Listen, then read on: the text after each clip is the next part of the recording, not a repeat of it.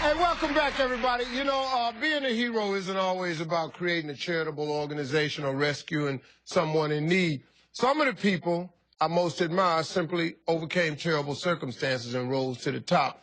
I met today's Harvey's hero when he attended the Steve Harvey mentoring camp for young men a few years ago. I had this young man come and speak, and an amazing story, and so I thought it would be great if everybody heard this young man's story. Please welcome Zerbin Singleton. What's up, Zerb? All good, sir. Good to see you. Tell everybody about your background. So I was born in Anchorage, Alaska. When I was born, it'd be the first and last time I was addicted to drugs. To my mom, she's been on drugs just about all my life. And growing up with my mother, I've seen different things. I've seen her get beat. I've seen her with a broke arm, broke leg. There's times when she was doing drugs. She tried to hide it from me, but I knew when she came take the test tube from my science kit, I knew she was cooking it up. I've seen her sell it and do different things like that. There's also times where we've even been homeless. Sometimes we stayed in the shelter for battered women or even the day shelter, but we were homeless, but we were protected from the elements of being outside in Alaska. Yeah. Now, you ended up moving away from your mom when you were 10. That's correct. We were living in an apartment building, and she was on parole. A bounty hunter came, so she ran. They chased after each other, and then I hear, bam, a gunshot. He shot at my mom at point-blank range. But by the grace of God, that bullet did not hit her. She ended up going to jail that night. And often when she went to jail, I would go and live with my aunt or her niece who had recently moved down to Georgia. And she said, you can either stay here with me in Alaska or you can move down to Georgia. I told her I wanted to move down to Georgia. It was a little different when I got there. My cousins, they were pretty much a second family to me. The second parents were taking care of me most of my life. You had another challenge after high school. What happened? When I was down in high school, I learned that I wanted to be an astronaut. And that was very fascinating to me. But to be an astronaut, you have to go to college. And I knew my parents didn't have money to send me to school. So I really started to apply myself. I started to do well in school academically. I started to do well on the football team. I was co-captain of the football team, co-captain of the wrestling team, also a state champion with my best friend, Josh. And I graduated from the academy as valedictorian.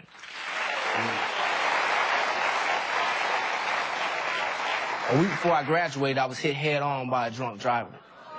I had already been accepted into the Naval Academy, one of the top 10 hardest schools to get into. But because I had broke my collarbone, I could not go that year, and I couldn't go to the following year.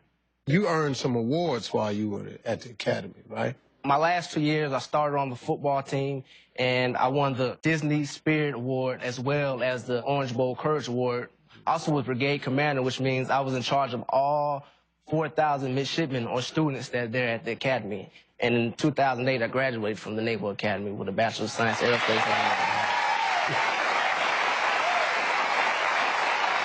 So, Zerbin, so what are you doing now, man? So right now, I'm a captain in the United States Marine Corps, the finest fighting force the world has ever seen. I fly the CH-46 Echo. It's nicknamed the Mighty Battle Frog. This helicopter has been in every conflict since Vietnam. And last year, I had the honor of being the last pilot to be trained in this historical aircraft. Wow. Let me, I know your story fairly well. You eventually met your father. I did. He left before I was born, and I always wanted to meet him, and I got a chance to meet him when I was 15. And I kept a positive attitude when I went into that situation. So we started to grow. He started to visit. He came to my high school graduation and my first year at the academy. But in 2005, his wife called me and told me he had committed suicide. Do you have a relationship with your mom today? My relationship with my mom is great. After being on drugs for over 20 years, she's now been drug-free for 5 years.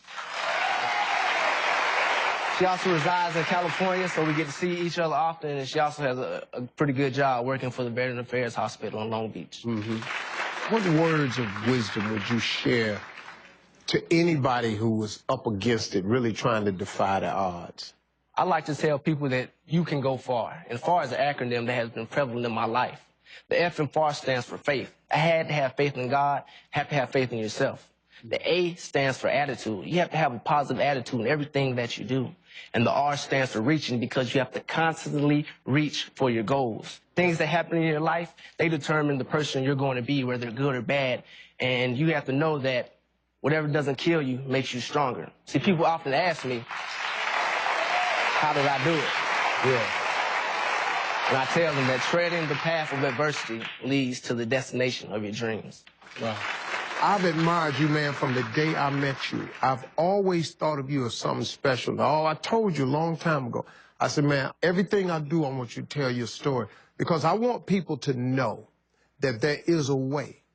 If you can just keep the faith, there is a way. And as long as you maintain that, man, there's an opportunity for you. Because like my mother used to always say, God ain't through with you yet. And perfect proof of that is he keep waking you up. That's now, right. if he keep waking you up, then he ain't through with you yet. I got something for you, Zerb. You are what we call, my friend, one of Harvey's heroes, man. And you are one of them. And I think you're the best. Got your name on it. I want to thank you, man. Thank you for sharing your story. I appreciate it. Thank you, brother. I love you, man. We'll be right back.